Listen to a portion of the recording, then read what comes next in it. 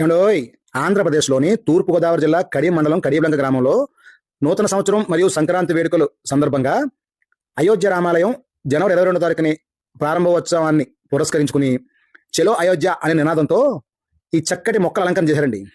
ఈ అలంకరణ చేసిన వ్యక్తి శ్రీ సత్యదేవ నర్సరీ ప్రొపరేటర్ ఈయనేనండి, పుల్ల ఆంజనేయులు గారు. ఈ అలంకరణలో ఉన్న విశేషాలు ఏంటో నేను మీకు ఈ వీడియో చెప్తాను. కామన్గా చిన్న పెయింట్ వేయాలంటేనే చిన్న చిన్న కరెక్షన్లు వస్తాయి. అలాంటిది ఒక అయోధ్య రామ మందిరాన్ని 1,02,300 మొక్కలతో 24 రోజులు రాత్రి పగలు 20 మంది వర్కర్స్ నిరాటంకంగా వర్క్ చేస్తూ ఈ కార్యక్రమాన్ని పూర్తి చేశారండి.